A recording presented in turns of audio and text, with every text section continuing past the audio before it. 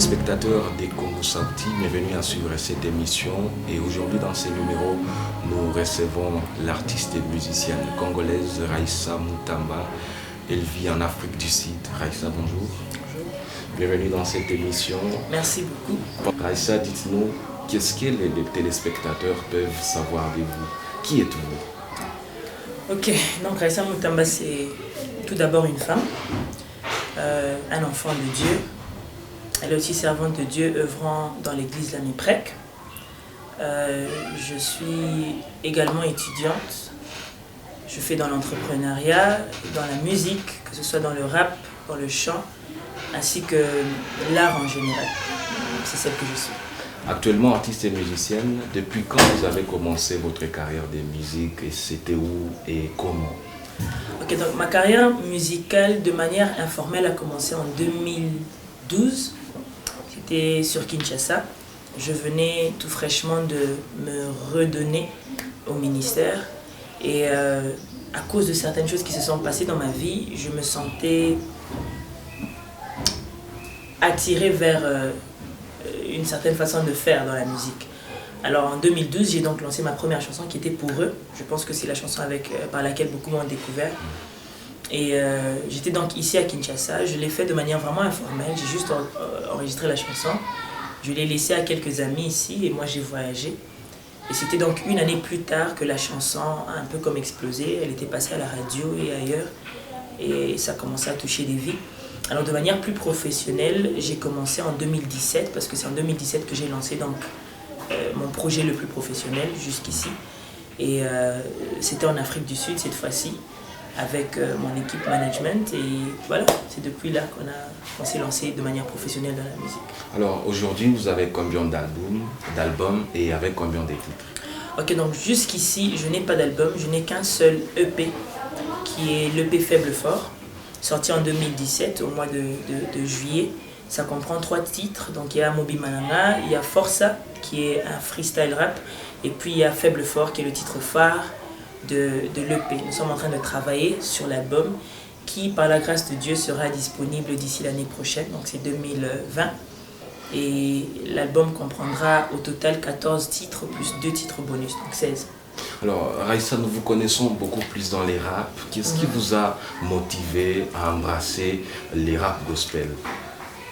Ok, déjà, je tiens à souligner que ce n'est pas moi qui ai choisi le rap, mais c'est plutôt le rap qui m'a choisi. Je dis cela parce que... Ah, mais comment ça? Comment les rap peuvent choisir une personne? Parce que justement, la Bible dit que l'Éternel est le maître de temps, il est aussi le maître des circonstances.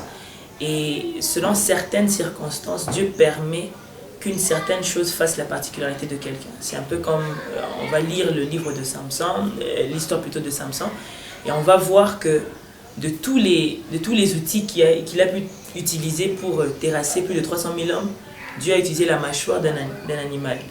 Okay? Donc ce n'était pas son choix, c'était plutôt le choix de Dieu pour lui. Alors le rap, bien qu'étant quelque chose que moi j'aimais quand j'étais dans le monde, m'étant converti comme la plupart des gens, je pensais que c'était quelque chose que je ne pouvais plus faire, que je ne devais plus faire. Mais c'est à travers ce style de musique-là et c'est à travers ce genre-là que le Seigneur m'a utilisé pour toucher plusieurs personnes. Alors c'était vraiment pas un choix personnel. Personnellement, j'aurais voulu peut-être arrêter. Mais comme on dit, ce n'est pas d'abord le conteneur, mais le contenu qui est important. Et dans le rap, ce n'est pas le style qui est le conteneur, mais c'est plutôt le contenu de ce qu'on fait qui touche des vies. Alors le rap m'a choisi. Et on fait le rap comme ça, déjà faisant ça en français pendant que ma première langue c'est l'anglais. Ce n'était pas facile. Mais voilà, on a obéi à la voix du Seigneur. Et aujourd'hui, je crois qu'on peut voir les résultats de cette musique-là. Mais toutes vos chansons ne sont pas rythmées rap, gospel. Il y a par exemple votre dernière chanson, Yepo, ce n'est pas du rap. Pourquoi mélanger les rythmes? Je pense que l'art est dynamique. Okay? L'art, c'est vraiment dynamique. À l'école, les gens vous apprennent que l'ensemble de tout son agréable à l'oreille, c'est ça la musique.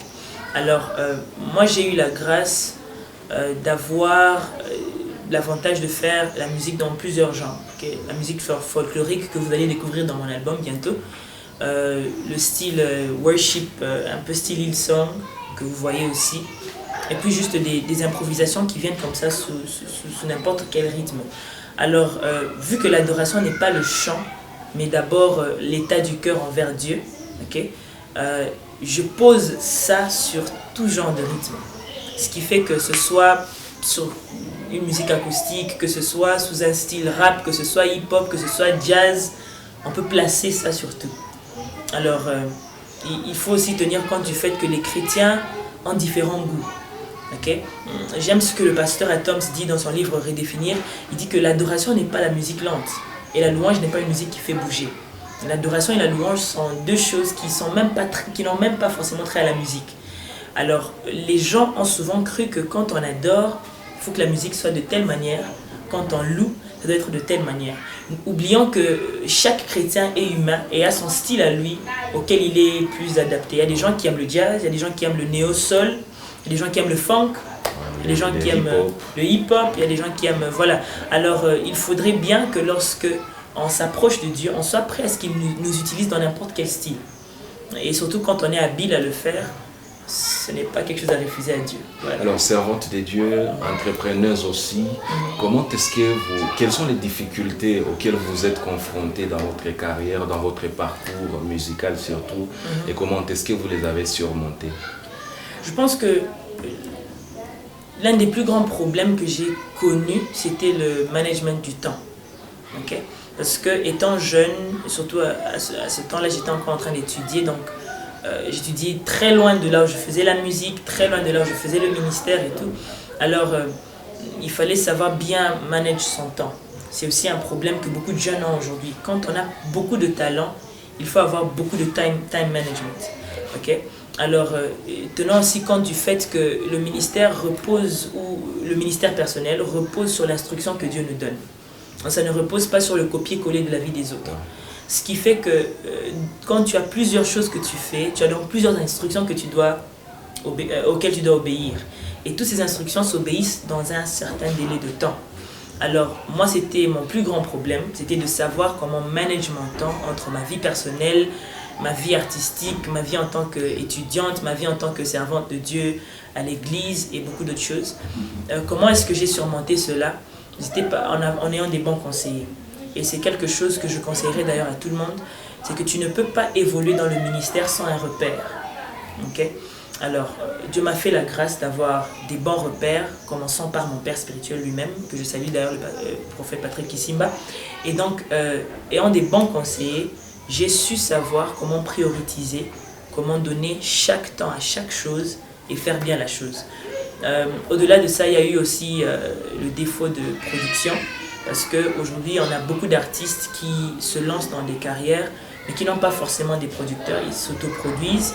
Alors, avoir une certaine sagesse sur la gestion des ressources, okay, donc l'argent, le temps, les personnes, les connexions, pour pouvoir faire quelque chose de bien et l'apporter au peuple de Dieu, parce que j'aime je pense que c'est Abraham, si c'est pas Abraham, c'est David entre les deux, quelqu'un qui dit je refuse de donner à l'Éternel quelque chose qui ne m'a pas coûté.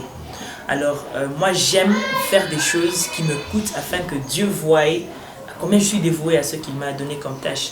Donc l'intelligence et la sagesse dans la gestion des ressources était aussi un challenge. Je pense que c'est toujours un challenge, nous y travaillons. Et avec le temps, on va beaucoup plus s'améliorer de ce côté. Alors, les rap gospel, beaucoup plus critiqués par des chrétiens, est-ce que c'était facile pour vous de vous introduire dans ces mondes où il y a trop de critiques? Évidemment que non. Honnêtement, quand moi j'ai fait ma première chanson pour eux, je n'étais pas consciente des enjeux ou de l'état chrétien. Je vous ai dit que je venais à peine de me redonner aux choses de Dieu. Et je commençais à apprendre, parce qu'avant j'étais dans l'église, mais je ne servais pas Dieu comme tel. Alors, faisant le rap, je n'avais aucune idée que ça allait être critiqué. J'étais vraiment naïf, moi j'avais juste la foi. Alors j'ai fait la chanson, et en ce temps-là, je ne connaissais non plus aucun rappeur chrétien, surtout au Congo, et je suis parti. La chanson a pris son ampleur, jusque-là ça allait. Ce n'est que lorsque j'ai lancé ma deuxième chanson, rap, qui était C'est Normal, ça c'était en 2015, que j'ai commencé à sentir des ripostes, des gens qui réagissaient, voilà, le rap est un style mondain, le rap est un style satanique, le rap est ceci, le rap est cela. Ça n'a pas été facile, à un moment donné, j'avais carrément arrêté. J'avais arrêté pendant pas très longtemps, 4 mois carrément. Et parce que je cherchais un socle, je cherchais que Dieu me donne une parole voilà, qui me permettra de continuer même quand les hommes voilà, viendront contre moi. Et j'en ai eu plusieurs, mais je pense que celle qui m'a le plus marqué, c'est ce que vous voyez sur mon bracelet tout le temps. Acte 13-47, ainsi nous a ordonné le Seigneur, je vous ai établi pour être la lumière du monde, pour porter le salut jusqu'aux extrémités de la terre. Cela m'a fait comprendre que ce que je faisais, c'était le but derrière ce que je faisais qui était plus important que la manière. Alors, donc j'ai continué dans le rap. Et avec le temps, comme Gamaliel dit, si cette chose est de Dieu, ça subsistera. Si ce n'est pas de Dieu, ça va se disperser. Je pense qu'avec le temps, on a su voir beaucoup d'artistes aujourd'hui, notamment quelqu'un comme El George, Tito Prince et beaucoup d'autres personnes qui se lèvent dans le rap et qui gagnent des âmes, non seulement gagner des âmes, mais nourrir des âmes. Okay? Parce que la confusion qu'on a parfois dans l'église, c'est qu'on pense que certains styles ne sont que pour recruter. Okay? Or, il y a le fait de gagner des âmes par la musique, il y a aussi le fait de nourrir les âmes par la musique. Êtes-vous prête à faire un featuring avec un mondain, surtout que vous tous, vous êtes des artistes et musiciens? Si vous pouvez me définir mondain, parce que nous sommes tous sur cette un artiste et musicien qui ne chante pas les gospels, il chante les musiques profanes, comme on prétend les dire profanes. Non, je ne suis pas prête. Je ne suis pas prête. Je pense que il y a certaines façons de faire les choses quand on sert Dieu. Okay? Les mondains sont humains comme nous. Parler avec, être avec, il n'y a pas de problème. Mais quand il s'agit de servir Dieu, je pense qu'il y a quelque chose qui doit découler de notre vie d'abord. Okay? C'est pourquoi je dis toujours aux gens d'être plus chrétien que l'on est musicien. Okay? Alors, quand on parle de chrétien, on parle d'une vie qui ressemble à Jésus-Christ. Donc, je préfère d'abord vivre de manière à ressembler à Jésus-Christ avant même de faire une musique qui ressemble à Jésus-Christ. Alors, si je comprends bien ta question, les gens dont tu me parles sont des personnes qui n'ont pas une vie qui reflète Jésus-Christ. Et je préférerais encore les embarquer sur le chemin de transformer d'abord leur façon de vivre. Et si la musique devrait venir après, elle viendra. Mais d'abord chrétien avant d'être musicien. Si Raïssa serait un garçon, quel serait son nom? J'allais dire Jésus. Je pense JT. JT. Tu veux dire? Jean Thomas. Jean Thomas. Alors, quel est votre loisir préféré? J'aime dessiner. J'aime peindre. J'aime provoquer les gens, si c'est un loisir. J'aime provoquer, animer les gens. Et j'aime aussi suivre quelques séries de temps en temps. Voilà. Quel est ton pays de rêve? Mon pays de rêve, c'est le Congo. Le Congo. La RDC. Raïssa, dis-nous, c'est quoi ton plat préféré? Ok, donc, moi j'ai 2 plats préférés. Ok? Mon premier plat préféré, c'est le dongo dongo. Je sais pas si on appelle ça l'oseille ou quelque chose comme ça, je sais pas. Alors, j'aime bien le dongo dongo. J'aime ça quand c'est pas avec beaucoup d'eau, parce que quand on met beaucoup d'eau, ça devient gluant. Donc j'aime ça griller, je mange ça avec le foufou, bien que j'aime pas beaucoup le foufou, mais quand c'est le dongo dongo, je mange le foufou. Alors mon autre plat préféré, c'est ce qu'on appelle au Katanga le cocorico, okay? Donc les mbika, fait avec le poisson fumé. Ah, ça j'aime beaucoup. C'est quoi ta série préférée? Je n'ai pas de série préférée, mais j'ai beaucoup aimé Designated Survivor. C'est à titre politique. Moi j'aime beaucoup des séries qui ont beaucoup de choses politiques, conspiration, toutes ces choses-là. J'aime bien ça. Donc c'était l'une des séries que j'ai beaucoup aimées.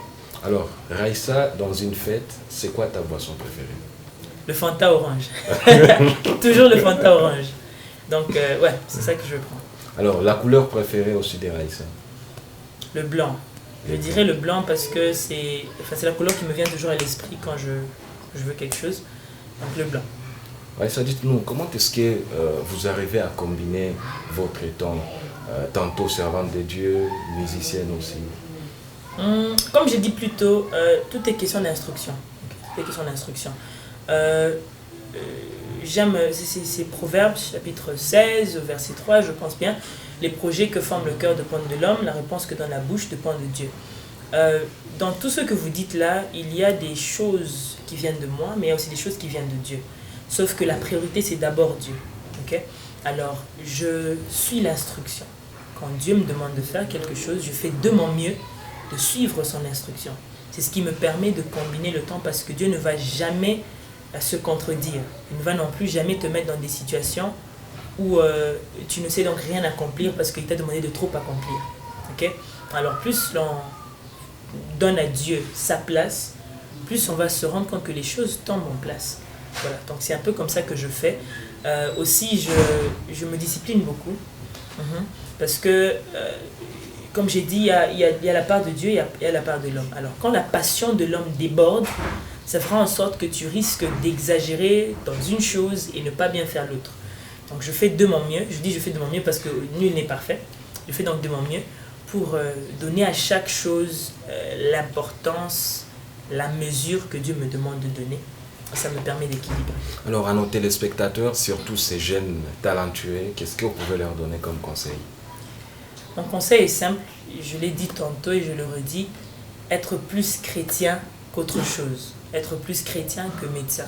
Être plus chrétien que musicien, être plus chrétien que femme de Dieu. Parce que quand on dit femme de Dieu, on voit l'œuvre du ministère. Et les gens qui sont dans l'œuvre du ministère sans pour autant avoir une intimité avec Dieu. Donc, être plus chrétien que toute autre chose que l'on peut entreprendre. Et vous verrez que toute autre chose réussira. Et c'est la fin de cette émission. Chers téléspectateurs, merci à vous de l'avoir suivi. Aujourd'hui, nous étions en train de recevoir Raissa Mutamba, qui est une artiste et musicienne congolaise, évoluant dans les rap gospel. N'oubliez pas de vous abonner à notre chaîne YouTube Congo Sauti TV. Merci, à la prochaine.